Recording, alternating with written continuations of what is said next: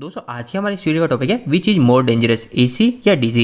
मतलब कि हमारा एसी करंट ज़्यादा डेंजर होता है या फिर डीसी करंट ज़्यादा डेंजर होता है। इसके अलावा दोस्तों कई बार इस सवाल को थोड़ा घुमा फिरा के पूछ लिया जाता है। मतलब ऐसे पूछ लिया जाता है कि हमारा 220 वोल्टेज एसी ज़्यादा डेंजर है या फिर हमारे पास 220 वोल्टेज डीसी ज़्यादा डेंजर है। तो इन सभी का सही आंसर क्या है वही आज के इस वीडियो के अंदर हम जान लेंगे। तो दोस्तों आज के इस वीडियो के अंदर मैं आपको 3 पॉइंट बताऊंगा। उन तीनों पॉइंटों के अंदर आपको पता चल जाएगा कि एसी ज़्यादा डेंजर होता है या डीसी। पहला जो पॉइंट मैं आपको बताऊंगा वो आपका काफी ज्यादा नॉलेज बढ़ाएगा। दूसरा जो मैं आपको पॉइंट बताऊंगा वो आप इलेक्ट्रिकल पॉइंट ऑफ व्यू से समझ सकते हो। और तीसरा जो मैं आपको पॉइंट बताऊंगा ये तीसरा पॉइंट हमारा प्रैक्टिकल हो चुका है। मतलब कि एसी और डीसी क्या ज्यादा डेंजर होता है ये हमारा पहले ही ये डिसाइड हो चुका है। तो उस समय का आंसर भी मैं आपको बताऊंगा। तो दोस्तों वीडियो को स्टार्ट कर लेते हैं। दोस्तों सबसे पहली चीज इसका जवाब है कि हमारा एसी और डीसी के अंदर हमारा एसी करंट ज्यादा डेंजर होता है। अब एसी करंट ज्यादा डेंजर कैसे होता है वो आपको इन 3 कारणों के अंदर पता चलेगा। नंबर 1 जो रीजन है ये दोस्तों आपके प्रैक्टिकल व्यू से है। इसको आपने प्रैक्टिकल भी कई बार देखा होगा। दोस्तों कभी भी अगर आपको या किसी को भी एसी करंट का अगर झटका लगता है तो हम सभी को पता है उस समय हमारी बॉडी क्या होती है, हमारी पूरी बॉडी वाइब्रेट होने लग जाती है। वाइब्रेट मतलब हम पूरे दूजने लग जाते हैं। पर अगर कहीं पे किसी को डीसी का झटका लगता है तो उस समय दोस्तों क्या होता है, उस समय वो आदमी ग्लू की तरह चिपक जाता है। जैसे आप ये समझ सकते हैं अगर यहाँ पे डीसी करंट है और मैंने यहाँ पे इसको हाथ लगाया और मैं यहाँ पे चिपकता हूँ तो मैं बिल्कुल स्टिक हो जाऊंगा, चिपक जाऊंगा फेविक्विक की तरह। एसी के अंदर तो हम वाइब्रेट करते हैं पर डीसी के अंदर ऐसा नहीं होता है। तो दोस्तों इन दोनों पॉइंट ऑफ व्यू से हमारा एसी कैसे डेंजर हो गया। तो दोस्तों एसी के अंदर हमको मल्टीपल शॉक लग रहे होते हैं। मल्टीपल शॉक का मतलब एक बार आपको करंट लगा फिर आप छूटेंगे फिर आपको वापस करंट लगेगा। पर वो जो आपको छूटना होगा वो ऐसा नहीं है कि उस समय आप बच जाएंगे। वो मात्र 1 सेकंड के अंदर आप 100 बार छूटते हैं और 100 बार आपको इलेक्ट्रिकल का शॉक लगता है एसी के अंदर। क्योंकि हम सभी को पता है एसी के अंदर हमारी फ्रीक्वेंसी होती है जो कि 50 हर्ट्ज इंडिया के अंदर है। तो 50 हर्ट्ज फ्रीक्वेंसी का मतलब ये है कि हमारा जो करंट है वो करंट फ्लक्चुएशन होता रहता है। मतलब 1 सेकंड के लिए अप जाता है फिर वो डाउन जाता है फिर वापस से वो अप जाता है फिर वापस से डाउन जाता है। तो दोस्तों ये जो बीच की जो जगह है यहाँ पे आपको जो जगह दिख रही है इस जगह आपको इलेक्ट्रिकल का शॉक नहीं लगता है। पर ये 1 सेकंड के अंदर 100 बार होता है तो ये हमारे लिए और ज्यादा डेंजर हो जाता है।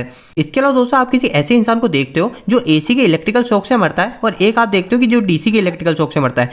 तो दोस्तों जो एसी के इलेक्ट्रिकल शॉक से मरा है ना उसकी पूरी बॉडी जो हमारे अगर उसको हाथ में झटका लगा है फिर भी उसकी जो पूरी बॉडी है वो पूरी बॉडी एक तरह से डिस्ट्रॉय हो चुकी है, मतलब खत्म हो चुकी है। पर अगर कोई डीसी के करंट से मरता है तो अगर उसके हाथ पे बिजली का झटका लगा है तो उसकी ये जगह ही जख्मी होगी। तो पहले रीजन के अंदर आपको पता चल गया कि एसी के अंदर हमको मल्टीपल शॉक लग रहे होते हैं पर डीसी के अंदर हम एक बार चिपक गए तो वो हमको कंटिन्यूसली उसी समय झटका लगता रहता है। अब दोस्तों जैसा कि मैंने आपको बताया था सेकंड जो रीजन है वो सेकंड रीजन हमारे इलेक्ट्रिकल पॉइंट ऑफ व्यू है। तो दोस्तों इस सेकंड पॉइंट को हम एक और तरीके से समझ सकते हैं। मैं आपको ये पूछना चाहता हूँ कि एक हमारा वायर है, ठीक है, ये हमारा वायर है। इस वायर के अंदर से हमारा 1000 वोल्टेज फ्लो हो रहा है और ये दूसरा वायर है, इस दूसरे वायर के अंदर से भी हमारा 1000 वोल्टेज फ्लो हो रहा है। पर दोस्तों इन दोनों वायर के अंदर अंतर ये है कि इसके अंदर से हमारा एसी करंट फ्लो हो रहा है और इसके अंदर से हमारा डीसी करंट फ्लो हो रहा है। तो इस समय दोस्तों हमको इन दोनों वायर में से किस वायर को ज्यादा इंसुलेशन करना पड़ेगा ये हमारे सामने क्वेश्चन है। तो दोस्तों इसका क्लियर आंसर यही है कि हमारा जो एसी का जो वायर है इस एसी के वायर को ज्यादा इंसुलेशन की जरूरत होती है। इंसुलेशन का मतलब कि हमारा जो वायर है उस वायर के ऊपर ऐसा पदार्थ लगाया जाता है जिसके कारण कोई इस वायर को आगे छूता है तो उसको बिजली का झटका ना लगे। तो ये जो इंसुलेशन होता है ये इंसुलेशन हमको एसी के अंदर ज्यादा जरूरत होती है। ऐसा किस वजह से होता है ये आपको पता होना चाहिए। तो दोस्तों इसका सिंपल सा उदाहरण ऐसा है कि हम सभी को पता है हमारे घर के अंदर जो 220 वोल्टेज एसी आता है वो असलियत में 220 वोल्टेज एसी नहीं होता है। अगर आप इस 220 वोल्टेज एसी को अगर आप इसकी पीक टू पीक वैल्यू को जाके चेक करोगे, ये भी मैं आपको समझाऊंगा पीक टू पीक क्या होता है, पर अगर आप इसको जाके चेक करोगे तो ये 220 ना होगे, यहाँ पे 311 310 वोल्टेज एसी होता है। ये पीक टू पीक क्या है दोस्तों, तो ये काफी सिंपल सी चीज है। हमारे जो एसी के वोल्टेज होते हैं हम सभी को पता है वो फ्रीक्वेंसी के अंदर चल रहे होते हैं, मतलब वो हर समय अपनी जो वैल्यू को है चेंज कर रहे होते हैं। तो हमारा जो मैक्सिमम जो पॉइंट होता है ये कहलाता है हमारा पीक पॉइंट। तो ये जो हमारा पीक पॉइंट होता है इस पीक पॉइंट के हिसाब से हमारे वायर का इंसुलेशन को किया जाता है। पर अगर आप डीसी की बात करोगे तो अगर कहीं पे 220 वोल्टेज डीसी लिखा हुआ है तो मतलब वो हमारी 220 वोल्टेज डीसी है, वो पीक टू पीक उसका डीसी 220 वोल्टेज ही है। पर अगर हम एसी की बात करें 220 तो वो है 311 वोल्टेज एसी। तो स्टार्टिंग के अंदर हमने बात करी थी कि अगर 220 वोल्टेज एसी का किसी को झटका लगता है और 220 वोल्टेज डीसी का किसी को झटका लगता है तो क्या ज्यादा डेंजर है। तो इसका जवाब भी हमारे पास है कि एसी ज्यादा डेंजर होगा। किस वजह से होगा, क्योंकि एसी का जो 220 वोल्टेज है ये वोल्टेज है हमारे आरएमएस वैल्यू। ये आरएमएस वैल्यू क्या होती है इसके ऊपर हम ज्यादा बात नहीं करेंगे, इसके ऊपर मैंने एक डिटेल वीडियो पहले बना रखा है। अगर आप वो देखना चाहते हो तो इसी वीडियो के एंड स्क्रीन सेक्शन में डाल दूंगा, आप वहां से वीडियो देख लीजिएगा, आपको आरएमएस वैल्यू पता चल जाएगी। बस अभी मैं आपको सिर्फ इतना बता रहा हूँ कि ये जो 220 वोल्टेज है ये 220 वोल्टेज आरएमएस वैल्यू है। और अगर किसी को बिजली का झटका लगता है एसी 220 वोल्ट से तो उसको किसी समय 310 वोल्टेज का भी बिजली का झटका लग रहा होगा। और अगर डीसी के 220 वोल्टेज पे वो चिपकता है तो मैक्सिमम वो 220 वोल्टेज को ही झेल रहा होगा। तो यही अंतर है एसी और डीसी के अंदर। हमारा जो एसी है वो एसी ज्यादा डेंजर होता है क्योंकि एसी हमारे घरों के अंदर और और हर जगह जो इस्तेमाल की जाती है वो AC RMS वैल्यू ली जाती है। इसके बाद में हम तीसरे पॉइंट की बात कर लेते हैं, फिर बाद में हम हमारे आंसर की तरफ आएंगे कि अगर हमसे कोई इसके बारे में क्वेश्चन करता है तो हमको क्या जवाब देना है। तो दोस्तों तीसरे पॉइंट के अंदर जैसे मैंने आपको बताया था कि एक घटना हो चुकी है जिसके अंदर चेक किया जा चुका है कि AC ज्यादा डेंजर है या फिर DC ज्यादा डेंजर है। तो दोस्तों वो घटना कब हुई थी?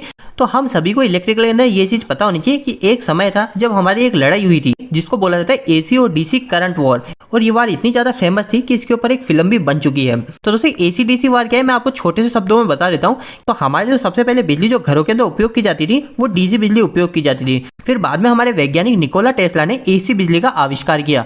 तो दोस्तों हमारे AC बिजली के कई ज्यादा फायदे होने के कारण हमारे जो DC सिस्टम पहले से उपयोग में लिया जा रहा था वो हमारा धीरे धीरे खत्म होने लग गया था।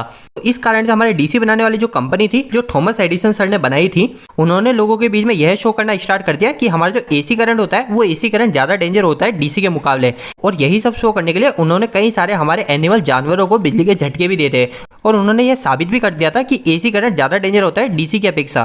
पर फिर भी दोस्तों AC के कई सारे एडवांटेज फायदे होने के कारण आज भी AC का इस्तेमाल किया जाता है और उस समय भी AC का ही इस्तेमाल किया गया। तो दोस्तों उम्मीद है कि अब आपको इन तीनों पॉइंटों से यह समझ में आ गया कि AC हमारे लिए ज्यादा डेंजर होता है। पर अगर आपसे कोई यह क्वेश्चन इंटरव्यू में या फिर कहीं भी करता है तो आपको उस समय क्या जवाब देना है? तो दोस्तों उस समय आपको यह जवाब देना है AC and DC both are dangerous but some point tell us that AC current is more dangerous. मतलब कि AC DC दोनों करंट खतरनाक होते हैं, लेकिन कुछ पॉइंट हमें यह बताते हैं कि AC DC से ज्यादा खतरनाक होता है। अगर वो आपसे वापस से रिपीट में पूछता है कि कुछ पॉइंट कौन से हैं, तो आप बोल सकते हो कि AC की एक तो RMS वैल्यू और सेकंड नंबर पे हमारा AC और DC वॉर की स्टोरी, जो कि हमारी एक सच्ची घटना है जो बताती है कि हमारा AC करंट है वो ज्यादा डेंजर होता है। तो दोस्तों उम्मीद है कि आज के इस वीडियो के माध्यम से आपको कुछ बेहतर जानकारी मिली होगी। दोस्तों इस वीडियो खत्म करने से पहले आपके लिए काफी महत्वपूर्ण सोचना है कि अगर आप कहीं पे इलेक्ट्रिकल या फिर मैकेनिकल फील्ड की पढ़ाई या फिर जॉब कर रहे हैं तो हमने एक वेबसाइट स्टार्ट करी जिसका नाम है www.engineeringdost.com। दोस्तों इस वेबसाइट पे आपको काफी अच्छे हिंदी में इलेक्ट्रिकल और मैकेनिकल से जुड़े आर्टिकल मिलेंगे और आपको यहाँ पे जो भी आर्टिकल मिलेंगे वो इतने आसान शब्दों में होंगे कि यहाँ पे कोई 8वीं या 10वीं क्लास के लड़के भी जाके इनको पढ़ते हैं वो भी अच्छे से इलेक्ट्रिकल और मैकेनिकल को समझ जाएंगे। तो दोस्तों एक बार हमारी वेबसाइट से जरूर जुड़िए। इसके लिए आप गूगल पे जाकर सर्च मार सकते हो इंजीनियरिंग दोस्त। और दोस्तों आपको वेबसाइट कैसी लगी प्लीज हमें वहाँ पे कमेंट बॉक्स में कमेंट करके जरूर बताइएगा।